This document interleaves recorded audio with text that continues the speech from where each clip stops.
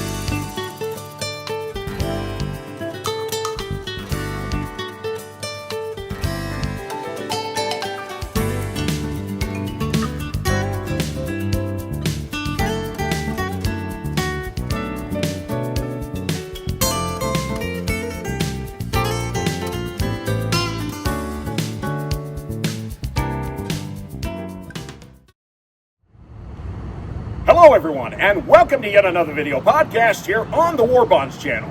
If you don't know me and you're unfamiliar with this channel, my name is Eric. I'm a locomotive engineer for U.S. Class 1 railroad by profession, an avid model railroader, and just a lifelong rail enthusiast. Well, as you saw in the opening monologue, we are talking about Marceline, Missouri. However, we are actually We're in Dodge City right now. We are in Dodge City, Kansas. Now, what does that have to do with Marceline, Missouri? Absolutely nothing. However, we just didn't have time to actually film the opening that I usually like to do for every video while we're in Marceline. First of all, we both got sick somehow. And we had a 4-hour drive ahead of us. So since we're in Dodge City, Kansas, actually awaiting the arrival of my daughter and his sister, I figured, well, what better place to actually talk but to be in front of an old Santa Fe caboose. Now, we are talking about Marceline, Missouri because I have a good friend named Sam Bailey who spent 40 years in the railroad industry, and much of his time was with the Atchison, Topeka, and Santa Fe, and also with the BNSF after the merger until his retirement several years ago. So, in the same time, Sam actually brought a Santa Fe SD40 to Marceline to be displayed at the Walt Disney Museum, which is housed in the old Marceline Depot. So we actually got a chance to go and visit Sam and hang out on the Santa Fe 5008 and have a little interview with him. We only basically scratched the surface because how much can you say in a short amount of time about a 40-year railroad career? However, we got to talk about some things and some specific questions that I had for him. We had a lot of fun hanging out, and Soren actually got to play at the controls. Dad tried to teach him how to run an engine, but I could have crashed that engine. Yeah, it was a little disastrous, but you know what? We had a great time. It was a lot of fun. So, without further ado, sit back and relax, and as Soren says, Get the popcorn. get the popcorn and enjoy my interview with my friend Sam Bailey, 40-year railroad veteran with the Santa Fe Railway and BNSF. And watch me crash the train. And watch him, destroy the locomotive. First of all, Sam, thank you very much for allowing me to be here with you and taking the time to come down and open up the locomotive and just take the time to talk with me. We knew each other through email back in the earlier days and then later social media, and then here we are. And we got to hang out as some of me and the other guys come down from our layovers and drive down in here to Missouri to Marceline to hang out with you and just shoot railroad stories back and forth. So it's so great to be able to do that again. Certainly as I've been working on that GP60M and it's been getting more and more complete, and I've been sharing it with you as a guy who actually operated these locomotives that I so greatly admire, can look at it and say like, oh, okay, yeah, hey, that's looking pretty good. And you've even had a couple times where you're like, well, hey, maybe you need to recheck this or rethink this, and it's made the project that much better. So I'm just excited to be able to talk to you. And some of the first questions I have, and we started talking off camera earlier today about your experience, especially with the fact that the Santa Fe was a big advocate of 4-axle high-speed locomotives. And you started mentioning some different things about different locomotives that you've run. And I think one of the cool places to start is with the old GP50s, the old 3800s. And what was your experience like on those? That is a good experience. They awesome. I had never operated a locomotive that was so responsive. It just, when you just couldn't lay down. Your ears might not be able to take it because the adhesion on the wheels gets squealing so loud, especially if it's in with walls like on the Kansas City Terminal. Yeah, you sure. don't close the window because it just tear your ears up.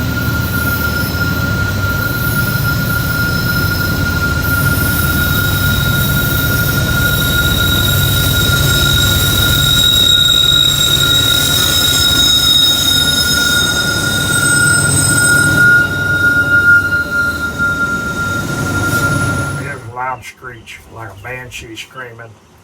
Well, and I know that pretty much any of these older locomotives with this Spartan type cab were definitely not conducive to hearing protection. Well, especially with the whistle right up here. When they moved them back, of course, all the damage had been done to all of our ears by then. If they'd have done that right off the bat, probably wouldn't have had as much hearing loss as we do. And, as we talked about just before we started rolling the camera, that these newer locomotives that, they're great. There's more crash protection, and they definitely have more insulation to make it quieter so that we don't have to yell at each other, as we talked about earlier. But we both at least have shared a certain era of railroading before a lot of this newer stuff came about. But what is it that you probably, in your opinion, miss the most about these older locomotives? The newer locomotives were a lot more comfortable. I can't say I miss anything about them. Really, when you sat on them for so many years, and then when they come out with new comfort cabs, it was a step up. You all of a sudden, you get to where you don't want to get out of one of these. You say, why'd you put that damn thing in the concept for? Right. It don't, no lie. It allowed them to stick a SD40 or something on a point, and here you got one of them new comfort cabs sticking out. Right. The bathrooms on the new ones, you walk in. This one you had to get down on your hands and knees to get in the nose, sweat profusely. Sweat profusely, yes. I remember in May of 1990 when train QNYLA was the very first train that had the GP60Ms 100 and 101 and the two FP45s, I think it was 92 and 96 in the middle. And I remember seeing those for the first time, and my eyes just got big, my jaw dropped, like, wow, what is that? And I was 15 years old at that time, but you were actually working for the Santa Fe, and so it wasn't long before you actually got to jump on those. So can you tell us where you were primarily running and when you did actually get to operate those locomotives, how did they differ as far as your comfort and your experience and what your thoughts were about operating GP60Ms? Well, the GP60Ms were built, what, 1990, somewhere around there? Yeah. Well, we were running through Marceline with them. 87's when we ran through. So I was running it from Fort Madison, Kansas City, Fort Madison. 221 miles each direction. Uh-huh. The biggest thing that I didn't like about the GP60Ms was the seat and the desk. It was horrible.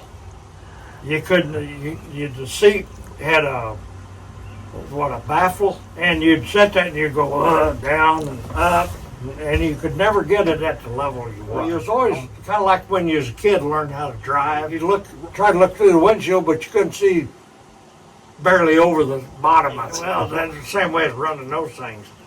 Here you was looking through the bottom of the windshield. Right. And then there was the trips when you'd hit that button and whoop, and go, and then you'd see good. Like videos I took, good one, because of the way the camera angle, you could tell that I was up high where it belonged. When my GP60M project was way in its infancy, sometimes I would get on YouTube just to find videos of anything pertaining to the GP60Ms back when they were actually working for the Santa Fe. And out of pure luck, I happened to find a video of a cab ride on Santa Fe train 791, Phoenix to Chicago high priority intermodal train. And like, wow, this is really cool. And then all of a sudden I saw it was on Sam Bailey's channel. And I'm like, wow, this is great. And it just really put me into a mood of like, oh my gosh, I've got to really get working on this engine again. I really want to see something happen with this. This video of this cab ride is making me envious to get my locomotive into a further along stage of completion. Now, that was still probably 34 years ago, but nonetheless, the footage that Sam took was just absolutely amazing. So we're going to share a clip of that. And I'm also going to put up a screenshot of what his YouTube channel page looks like. So if you're interested in checking out a longer version of that video, he actually has two videos, a part 1 and a part 2. So if you're interested in checking out the full-length videos, I will put a screenshot of his YouTube channel so that you can check out his page and a few other Santa Fe related videos that he has on there.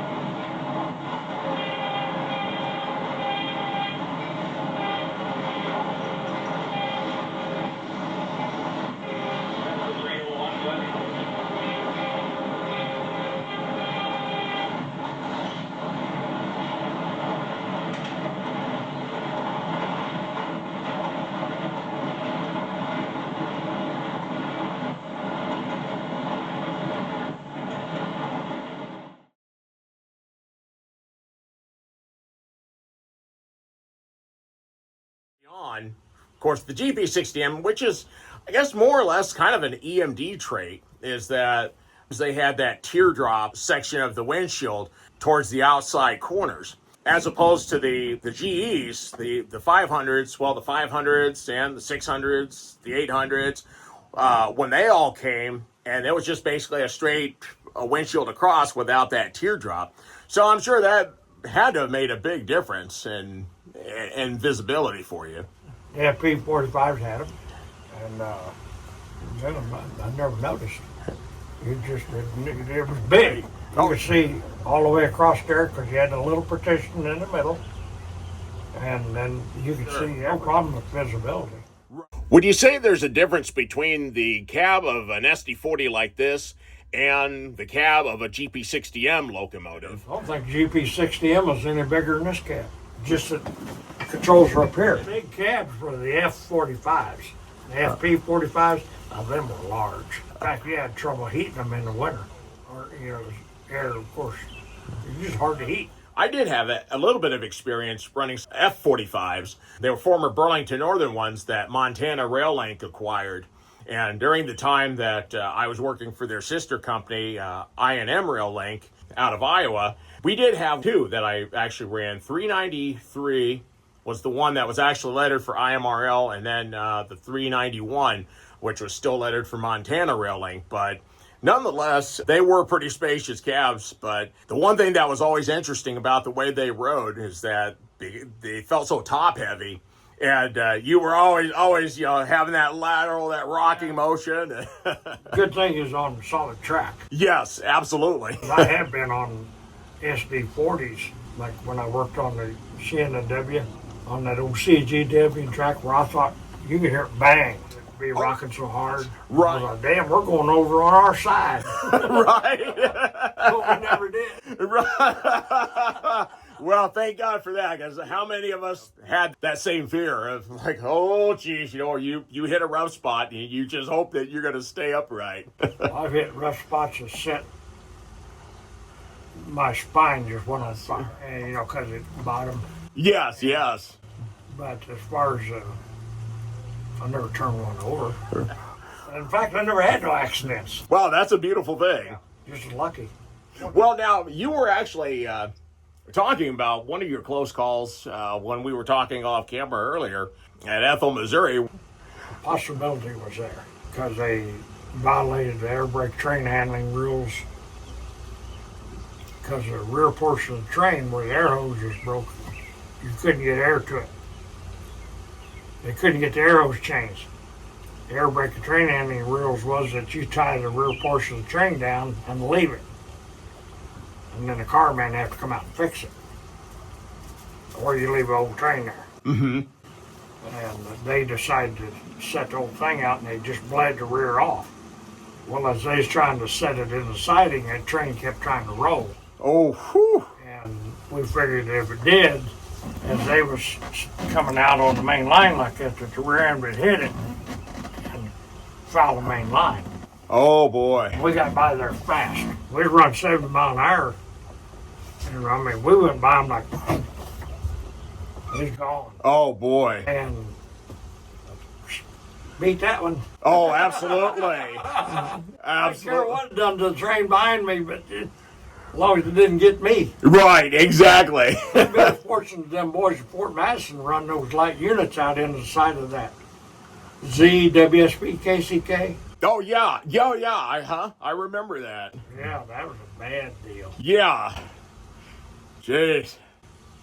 Well, I guess that's one of the things that's really cool about the times that you and I get together, and guys like you and I can talk all night and still come up with something and not repeat the same story twice. But the old story that what's the difference between a fairy tale and a railroad story? And the fairy tale is once upon a time, and the railroad story is you ain't gonna believe this.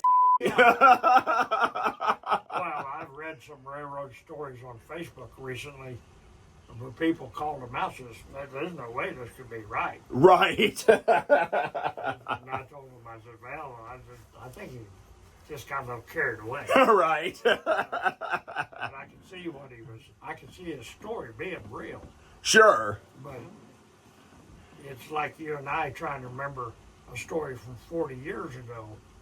You're not going to remember it all to detail. Yes, I absolutely. can tell you a lot of stories that happened when I was a young railroader.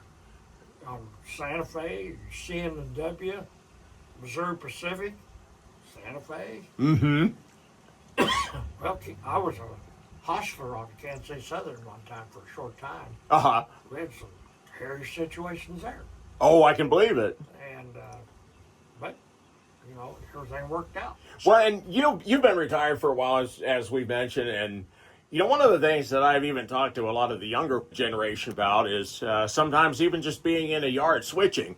And I've mentioned how I remember working for the CNW in West Chicago Yard, and we would be switching cars, and we had about a 15-track yard maybe, so probably something similar to what Marceline was before the yard was torn out, and get a switch list, and the yardmaster would have everything set up for us, so I grabbed the switch list from him, and I would look at everything. I'd kind of walk the lead a little bit and try to figure out what my next moves were going to be, go in and pull the track, and there was a strategy for switching and railroading at that time for many, many years, but it just seems like the art is gone because there are so many rules that they're there for a good reason, but it just seems like the fun is gone out of it. Problem with rule violations is if you violate the rule knowing you're violating it, you can get by with a lot of stuff. Because you know what the jeopardy is here. But when you violate a rule that you don't even know you're violating, that's what gets you in trouble. Oh, yes. Yes, been there, done that. So, you know, they was talking Facebook group about how they used to save the air on trains. Or bottle the air. And I said, well, yeah. But my experience back in those days was the brakeman would not wait for me to give him one blast. Air had stopped exhausting. You turn angle cock. Well, the air come forward, now it starts backing up in the train. Sure. It starts releasing the Releasing the brakes. Well, I never had a train ever roll.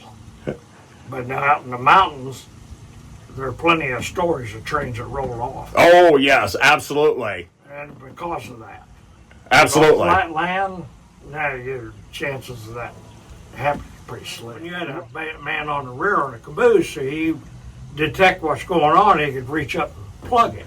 And then after they got rid of the cabooses, what I done is if the guy turned the angle cock too quick, I just reach up to that emergency button, click. Yo, there you go. And I watch that rear brake pressure on the rear go 0.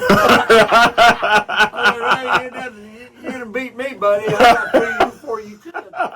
Exactly. And then they changed the rule, and the rule was always there. We just didn't know it. That you would bleed the train, put it in handle off until it stopped exhausting before you closed angle cock. And that way there was no air to back up. You could leave your angle cock open and it wouldn't go in emergency because there wasn't nothing there to propagate. And still, we would cut trains off. Even down there in Argentine, we'd cut the lead unit off, take it to the pit, and I'd put it in the handle off. And then machinists and everybody, they'd cut that lead unit off. Next thing you know, I'd see their brake mount or gauge on that ETD start to rise. Start to rise. And I'd reach up. And so, you know, air rutting, people just don't know if you don't know the rules, you're going to get in trouble. Absolutely. But if you don't work with the rules, you don't know the rules. You can study and study and study until you actually get out there on a working situation.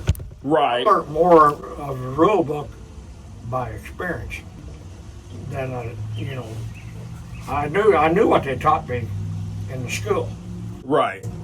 But putting it into use was a different thing. Right, absolutely. And I came back to Marceline and I watched these old men, how they railroaded, It wasn't nothing like I was taught. Uh-huh. And then when they put me over here, them old men would get on to me for something. They said, you run the engine like I run. And so I did. You know, I learned how to do what they wanted me to do. And then when I got to run the engine by myself, I done what I wanted to do. Sure, absolutely. Well, a lot of guys were getting mad, you know, and they'd fight and all that. Well, there's no sense in fighting with them. Yeah, just do what they told you to do. Do what they told you to do, right? And they loved me for it. And some of them other guys, they hated them. Right. And then they'd tell me, we'll let you run the engine, but that so-and-so, he'll never run the engine for me again. Well, you were right, though. He said, oh, yeah. Well, they were hard as hell, but I wasn't going to tell him. Right. He was pissed off at me. So the guys loved me. And And you know, I remember somebody telling me before my very first trip as an engineer, May of 1995, when I got qualified and set up, and I was working a train, a CNW train, Proviso yard in Chicago to Clinton, Iowa, and it was PRDM, Proviso to Des Moines junk train, and they said, you're going to learn more, kid, on your first trip by yourself than you've learned already. And they were absolutely right, because, now it's you. You don't have anybody to hold your hand anymore. It's all you. You're the one making all the decisions. And whether they're the good decisions or they're going to be a bad decision. well, you run trains in the Chicago Union Station, haven't you? Mm-hmm. Head in or back in it both ways? Both ways, yeah. When I was an engineer on Amtrak in '87, I had two situations. Backing in, conductor had tail hooks.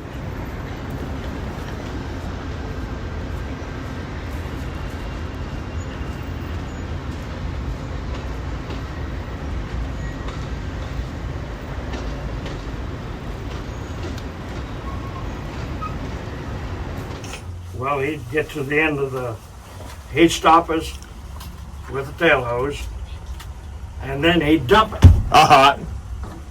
Well, we get walking, I'd secure the locomotives, get off of them, walking back. We get to the glass house, and this train master come out there, and he started chewing my ass out. He said, you forced that conductor to big hole that train. Well, this conductor, he was a hothead. Uh-oh. You know, you wasn't going to talk to his crew like that. Uh-huh. And he jumped straddle that train master and straightened him out real quick. Wow. And said, no, it wasn't him. That's the way we always do it. And this guy sitting over here going, ow, ow, ow, ow, ow. And one trip, I took number 4. We headed straight in. Uh-huh. Well, you get to glass house, you make a safety stop, correct? Sure, yeah. I made my safety stop. Then I started pulling on in. Well, everybody in that glass house just scattered. Oh, what? They thought, well, I was going to run over them. Oh, no. I guess they wasn't used to guys making safety stops. And the guy come out there and started chewing my ass out. And I said, I made a safety stop. I said, what? I don't know why you guys left. And he said, well, we're going to turn you in. I said, well, turn me in. I don't care. I said, I'm going to beat your ass in investigation. Right. That's why when time came back, my 6 months was almost up. Because I had to stay 6 months. And when that November 13th come around, I called Santa Fe crew caller and said, mark me up. I was done with Amtrak. And for those of you who don't know what he's talking about, before 1987, and of course after Amtrak was formed in 1971, many of the railroads that Amtrak trains ran over were actually using the freight guys and the employees of the host railroads. And 1987, Amtrak began to hire their own employees. However, they had a 6-month period to where they could decide whether they wanted to stay or they wanted to go. And if they decided to stay with Amtrak, they were locked in. If they decided they wanted to go back to their host railroad, then they could go back. So he's saying that he tried Amtrak, and after 6 months, he was ready to come back to the Santa Fe. One thing, 6 months was a minimum. After 2 years, you were locked in. Oh, okay. So it was a 2-year period. You had a minimum of 6 months. And then if you wanted to stay, I could have stayed for another 18 months if I wanted to. But after 24 months, if I decided to stay with Amtrak, I lost my seniority on Santa Fe. Now, I know there was a guy on Amtrak, and I can't remember if he was a Kansas City guy, a guy by the name of Ron Wable. He was Santa Fe. Yeah, okay. So he actually stayed with Amtrak, got locked in, but somehow he got back to the Santa Fe, I think back in the late 90s or something like that. I think he done it on a hardship. There's a hardship clause. But I'm not sure he stayed the whole 2 years, though. But he ran to Burlington, but he ran maybe Chicago to Creston or something. See, now he had to go through a whole training ritual again. The engineer certification. Sure. Because Santa Fe would not recognize Amtrak's training, or Amtrak recognized Santa Fe's training. Right, exactly. I didn't have to retrain for Amtrak. Just because you were within that grace period to get back. What do you call it? Grandfather. And then whenever I went back to Santa Fe, the superintendent said the only reason why you don't have to retrain is because you stayed on 3 and 4, which was always on the Santa Fe. Had you went to the Burlington, yeah, you would have had to retrain. Oh, wow. So I lucked out there. Right, yeah, absolutely. I always called Amtrak the Mickey Mouse Railroad. We'd get a Mickey Mouse salute. I had a train master one time because I had a Mickey Mouse hat pin on my hat. Train master says he'd evidently heard I was making fun of Amtrak, evidently. Oh, no. Says, why you wear that Mickey Mouse hat pin? I said, well, I'm from Marceline, Missouri. Didn't you know that's where Walt Disney's from? Well, I forgot about that. And I walked away thinking, dumb bastard. Everybody around there couldn't believe it. That bullshit.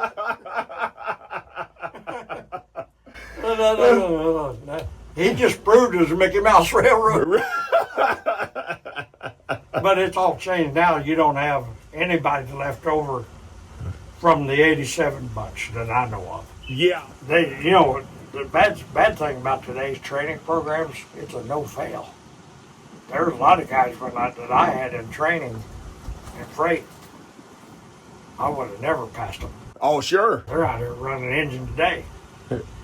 Yeah, and granted, in this newer age, yeah, you've got things like positive train control and things, and I mean it works. And I mean, as I've gotten older, I've actually found that, dang, first I hated it because it's like, basically this thing is gonna essentially not let me run a train the way I was taught to run, and the way I could really run a train, and I had guys that were very good, and even much like you were saying, that you could run the wheels off of a train, but well, now you have to be way more conservative than you were before. I would have loved to have tried that PTC, but I retired in 2009. PTC wasn't even thought of, and they were just starting Trip Optimizer.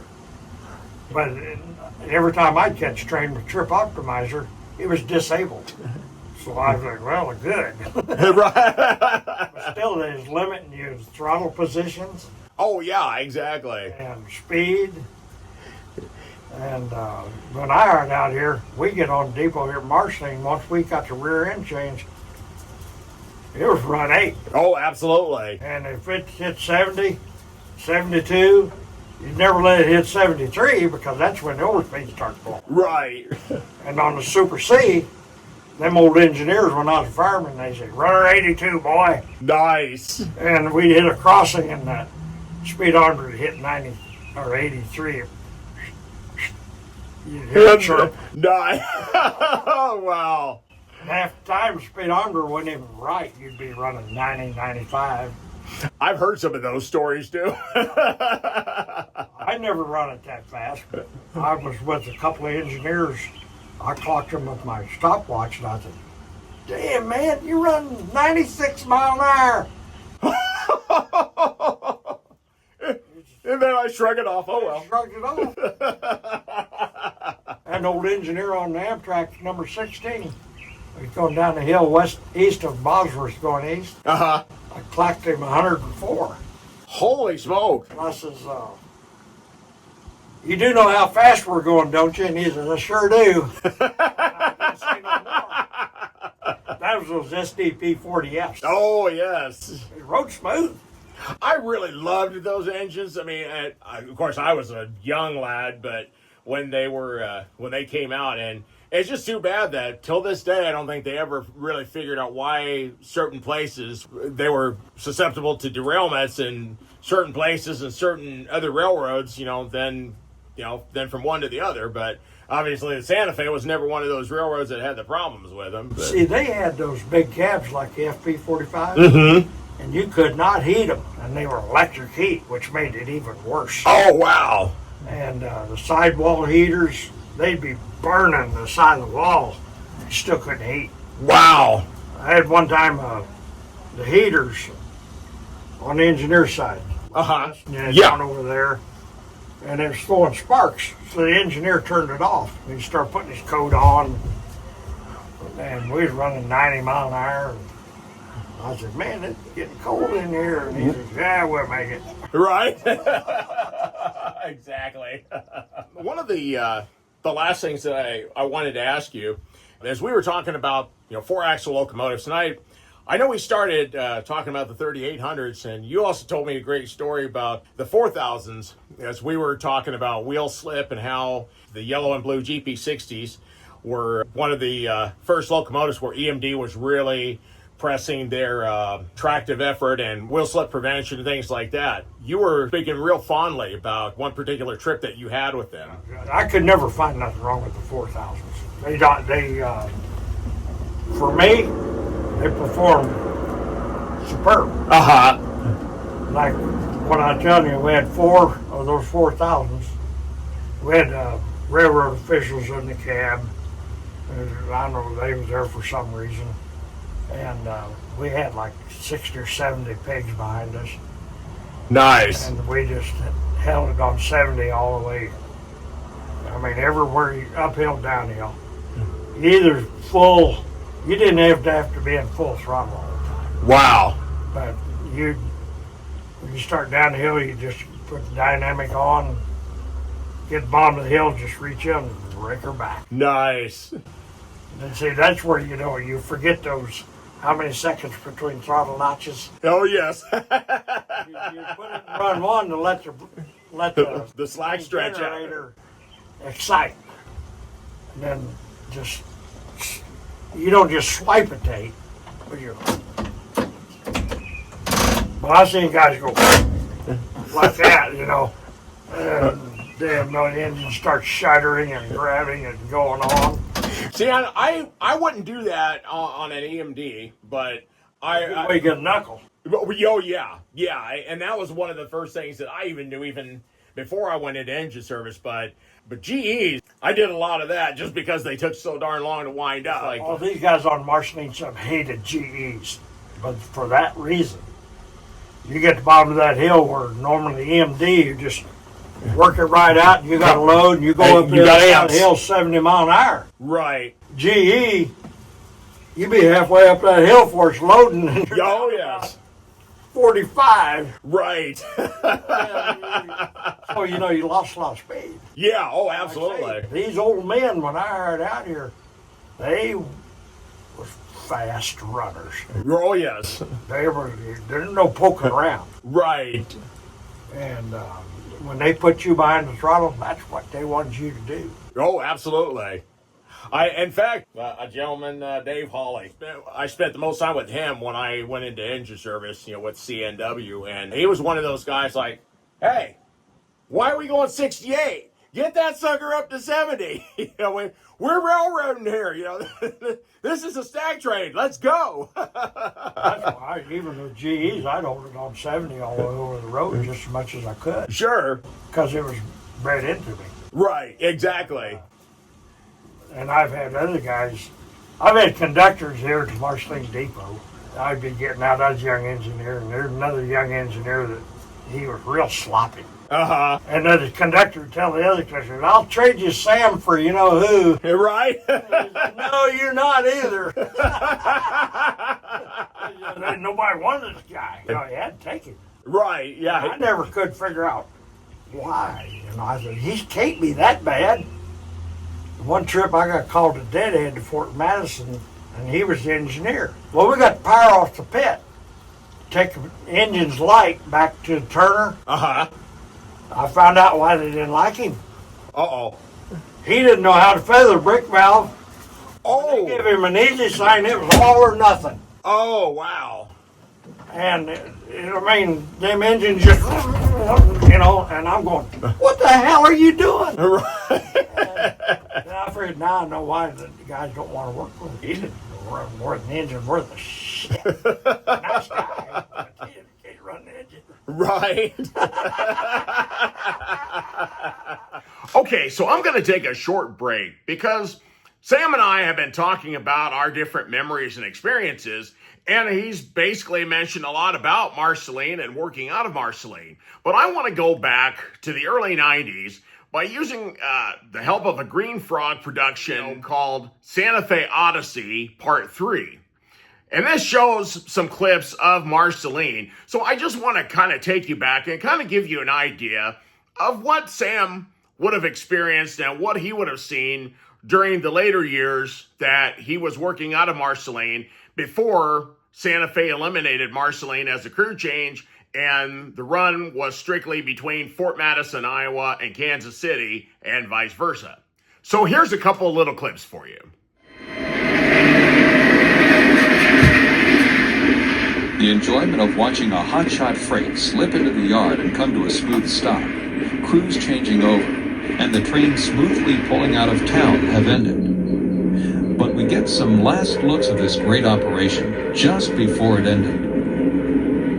Here, eastbound and westbound trains arrive at almost the same time. Crews change out, and both trains are on their way in less than 2 minutes.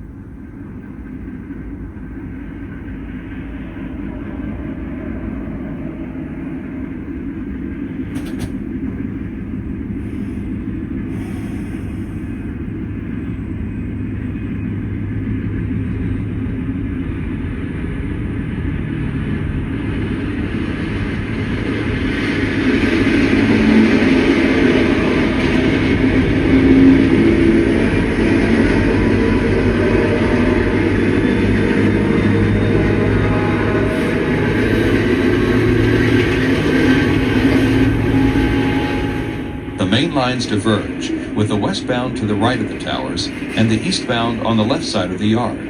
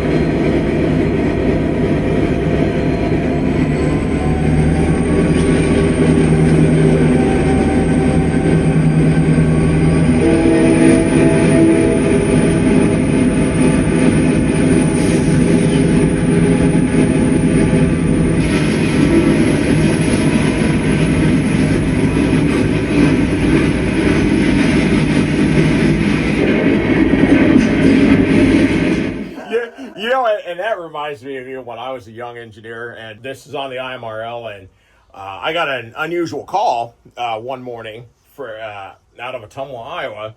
that I had to go west to Kansas City. And I didn't run to Kansas City very much. Usually it was Ottumwa up to Davenport, Iowa, or Muscatine, Iowa, Fruitland, Iowa, where we were delivering coal trains or junk trains. Otherwise, I hardly ever went west, but I was qualified. So they called me for this NS run-through. I think it was like 291, something like that. And I'm working with this gentleman named Don Harness. And in the time after I transferred down from Davenport, Iowa, down to Ottumwa, Iowa, this man would not speak to me. And I'm like, what did I do to him? He just sincerely did not like me.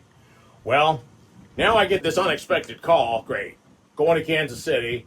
Not real comfortable with it because I don't do it very much, but oh no, now I'm with Don Harness. And it was the first time that I ever actually had to work with the guy. So I'm just like, oh no, this is not going to be good.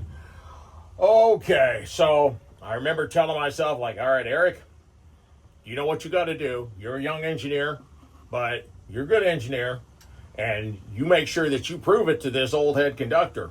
Keep that ride smooth, no matter what you do.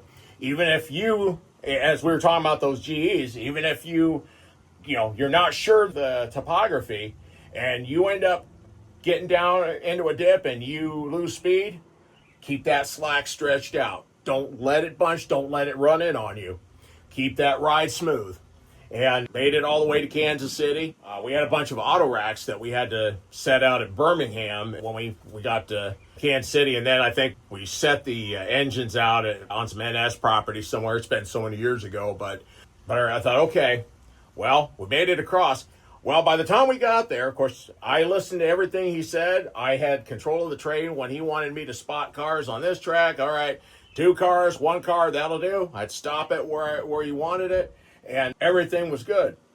I tell you what, then we had to deadhead back to Ottumwa. And by the time it was all said and done, he told the van driver, hey, let's go over to McDonald's. And so yeah, sounds good. I'm hungry. And so we stopped there, and that man bought me lunch. And after that man was smiles to me all the time. We were best friends after that. And it was all because, like, all right, you're a young guy, but prove yourself. I mean, this guy, I think he had time with the Rock Island and maybe some with Milwaukee. So, much like yourself, he's going way back. And he's used to some of those guys that had years and years of experience. But now this little 3-year rookie proved himself. And that's what made me feel good. And that was what was great about when I was younger and working with a lot of these older guys, because now I earned their respect. I could do my job. I knew what to do. And they liked working with me. And that always made me feel good. And of course, made me strive harder. We all go through that as young. Everywhere I worked, I was a young guy, didn't know nothing. And I learned real quick. Keep my mouth shut. Absolutely. And we had some guys hired out here, new guys, and they was running their mouth. And I told them, I said, if you want to get along, you better keep your mouth shut. I said, you got to earn your way up. Right.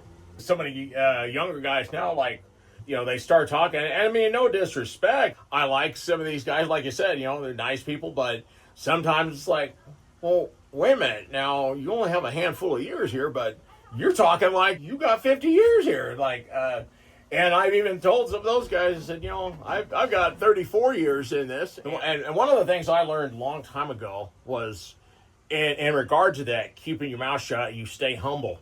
And because it's so easy for somebody to say, oh, well, this crew got in trouble. Yeah, what that dumb SOB do? And then all of a sudden, you find yourself in a similar situation, like, oh, that's how easily that can happen. But there was a collision, a rear ender.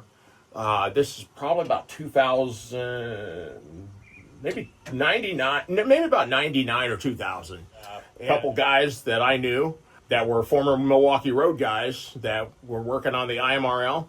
They had a little bit of time left, and I think they were both within 6 months of retirement. And they had a train that came off of the UP at Clinton, Iowa.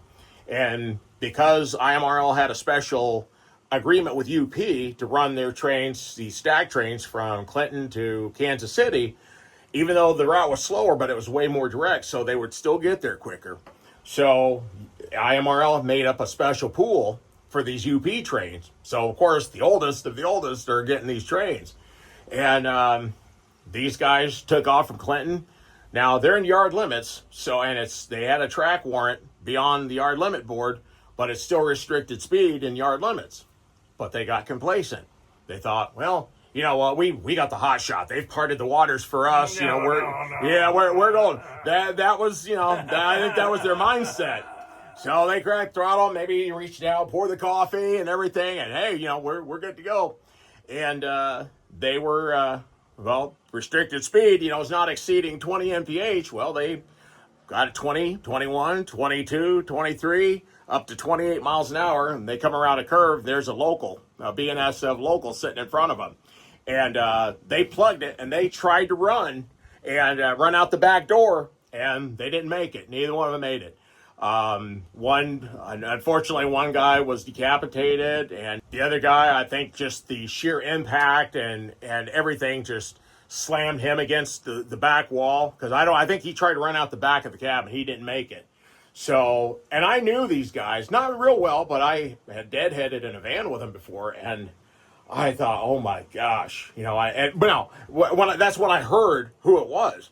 But initially, I remember I was at my mom and dad's house, and my mom and dad yelled, Eric, come up here, quick. And I went and I saw this live news report after it had happened. And I said, yep, that's what I was afraid of. Yep, they don't train these young guys very well. And I'm just harping on it. And then I found out it was the oldest engineer on the roster, and who at that point even had 30 some years in, and maybe the conductor was just 6 months behind him, and third oldest conductor on the roster, and both dead. And how many times they've done this? Yeah, and got by. Right, that was the life altering moment where I said, I will never criticize somebody who gets in trouble again, because that could have easily. I worked that territory too. I worked with those guys, and that could have just as easily happened. And we get that complacent mindset. So can you tell me what you're looking at? What switches and handle is what? This thing Read above it. It tells you. This thing you make it go forward, neutral, and reverse. Okay, well, it's actually, you're right about the neutral, but putting it forward, in the forward, that is the forward position. This says forward. Mm-hmm. This side. Well, no, actually, trust me, you have it in reverse now. No, I have it in neutral. Okay, now you have it in neutral. What is this? Okay, so put it in forward.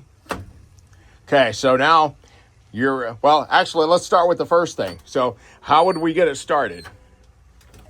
The power throttle. Okay, so put the throttle back to idle. Okay, so if we're going to start a train, you crack that throttle you have 8 notches. You crack it into 1 and you hold it there.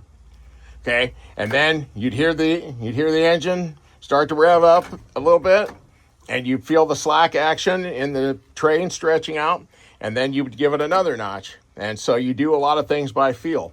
With that air set? Shush! Just like the instructor told you, shush! But, yeah, he's right. The brakes are set. Okay, so that's your train brake. That sets up the brakes on the engine and the train. That's your independent brake there. That sets up the brakes on just the locomotives. So I release the brakes. Is this released? No, that's set. That's release. Oh, okay, now release that one. That's your automatic. Okay.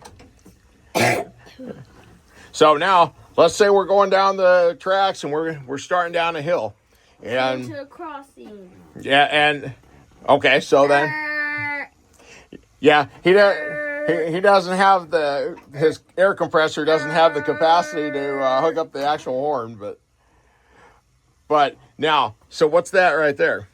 This? Mm-hmm. The dynamic brake. Okay, so Well, now you can't do that. Otherwise, you'd be breaking you just broke the trade in two, or put a car on the ground. I can't move it now. The conductor on the caboose, he'd be mad at you. And I can't move it. Yeah, you know why you can't move it? Why? Because you can't use the dynamic brakes when you have the throttle out. Okay, then I'll turn it off and do this. Oh my. Should I be happy that I don't teach students anymore? But you gotta teach me. Well, I'm trying to teach you. You've already managed to break us in two, get a knuckle or two, a drawbar, maybe even pop one in the ditch. Nope. We're still going forward, see? I didn't do this all of a sudden. Well, see, and you can't change the rim. All of a sudden. Well, now you just managed to fry all the traction motors. And then I didn't do this all of a sudden. Oh, you renegade, you. Now what do I do? He's a hot shot hog. I know, isn't he? Reverse. Well, Sam, it's been really good talking with you. I'm glad that I finally got a chance to come out here and have this interview with you, because you just told me so many interesting stories, and it's just always a joy to talk. And I know that dinner time's going to be waiting for you since it's getting into late afternoon, and we've got a 4-hour drive back home. But I'm just so thankful that you were able to take the time to meet up with us and hang out with us. You don't got enough time to get through 40 years. Right, exactly. Oh, it seems like yesterday to me now. Yeah, oh yeah. I mean, there's times that even I tell myself, where's the time gone? You know, it feels like I was 18 yesterday, but as we kind of talked about earlier, our aches and pains say otherwise. Actually, I feel pretty good sitting here. Well, hey, that's a beautiful thing. Well, Sam, thank you so much for your time, and we'll definitely have to do this again. Thanks a lot. Well, I really hope that you've enjoyed this 1-hour journey with me, Sam Bailey, and my son Soren, as we got to hang out in Marceline, Missouri, and Sam and I got to hash old railroad stories from both sides, and it was just a great time. And even during the editing process, it's like, wow, I feel like I'm back there again, just because the atmosphere when railroaders get together and start telling stories is just phenomenal. And we just, he's got 40 years that he spent in the railroad industry and has been retired since I believe it was 2008 or 2009, but I've got 34 years since my career actually started in 1992. So there are a lot of things that I sit there and I wonder about, like, wait a minute, where did this time go? And like, wait a minute, where did all this gray stuff come from? When I look at old pictures of first starting out with the Chicago and Northwestern, and it's like, well, what happened here? But time does go by, and time does not stand still. But it was definitely a lot of fun. And one of the gifts that Sam gave to me before I left, he gave me 3 locomotive operators manuals. So you have one for a GP60M. And if that doesn't get the juices flowing for me to try to get this thing done ASAP, I don't know what else will. Also, have a manual for a GP60B unit. And people have asked me, so are you going to do a B unit after the GP60M? Well, let's just say that there are parts that are accumulating for that possibility. And then also an operator's manual for the GE-8 series. So the 500 class B40-8s, or B40-8Ws, and the C40-8Ws. So really great to have these collector's items, and I'm so thankful to Sam for me and entrusting me enough to be somebody that he could give those to who would definitely cherish them and know their value. So nothing I'm going to sell. It's just so cool to have these and just to continue to remember the memories of all those things that I saw. But anyway, it was a great time, and we're going to end the video right here. But I hope you've enjoyed this, and I would certainly recommend checking out Sam's channel, because there's been a lot of you that have enjoyed the cab ride videos that I had and have asked, hey, do you have any more? Well, while I don't have any more, Sam does have some really cool stuff on his channel, so I would really encourage you to check that out. If you go into YouTube and you type in Sam Bailey Trains or Sam Bailey Steel Guitar, that'll hopefully bring you up. And I did try to put that screenshot up there so that you know what you're looking for when you do find his channel. But anyway, as I always say, keep the shiny side up. And as the late, great Walter Cronkite would say, that's the way it is. So long, everybody.